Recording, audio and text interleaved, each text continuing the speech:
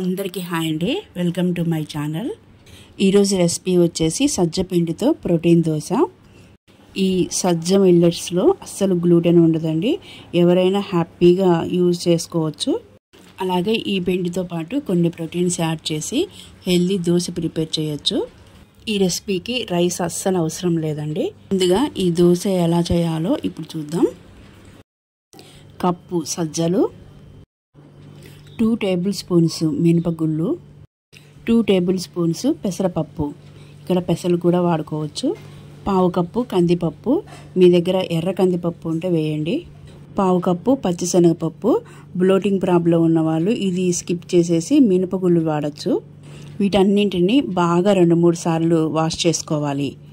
Next కారానికి తగినట్టు ఎండుమిర్చి 5 లేకపోతే 6 వేసుకోవాలి.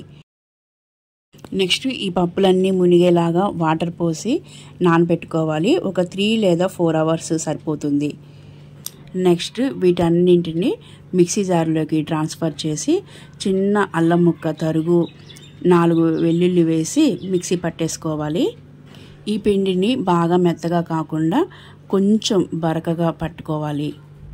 నెక్స్ట్ ఒక మిక్సింగ్ బౌల్లోకి ఈ పిండిని ట్రాన్స్ఫర్ చేసేసి సన్నగా తరిగిన కొత్తిమీర, కరివేపాకు, చిటికెడు పసుపు, తగినంత సాల్ట్ వేయాలి.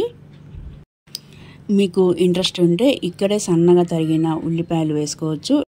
అలాగే పిండి మిగిలినది ఫ్రిడ్జ్లో పెట్టాలనుకుంటే ఆనియన్స్ కలపద్దు, ఎందుకంటే కట్ చేసిన ఆనియన్స్ ఫ్రిడ్జ్లో పెట్టకూడదండి.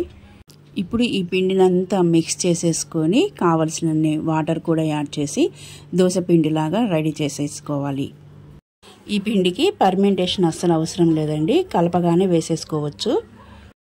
నెక్స్ట్ స్టవ్ పైన దోశ పెనం పెట్టేసి దోశలు వేసేసుకోవడమే. ఈ దోశలు చాలా ఈజీగా వచ్చేస్తాయండి, చాలా త్వరగా కాలుతాయి. మీరు లో ఫ్లేమ్లో పెట్టుకొని ఈ దోశలు వేసుకోవాలి. ఈ దోశలకి చాలా తక్కువ ఆయిల్ పడుతుందండి, మీరు ఆయిల్ యూజ్ చేయకపోయినా మంచి టేస్ట్ ఉంటాయి. నెక్స్ట్ దోశ రౌండ్గా కావాలంటే మాత్రం ఉల్లిపాయ స్కిప్ చేసి దోశ పైన వేయండి. అలాగే ఈ దోశ త్వరగా కాలిద్దన్నాను కదా, చూసారు కదా, అలా పచ్చి పచ్చిగా ఉండగానే కింద గోల్డెన్ కలర్లోకి వచ్చేసింది. సో చూసుకొని తిరగేసేసేయండి.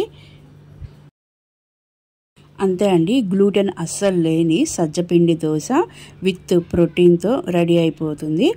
ఈ రెసిపీ మీకు నచ్చినట్లయితే ఒకసారి ట్రై చేయండి. నా వీడియో మీకు నచ్చినట్లయితే please like, share and subscribe, support చేయండి. మరిన్ని వీడియోస్ కోసం నా ఛానల్ చూస్తూనే ఉండండి. Thank you.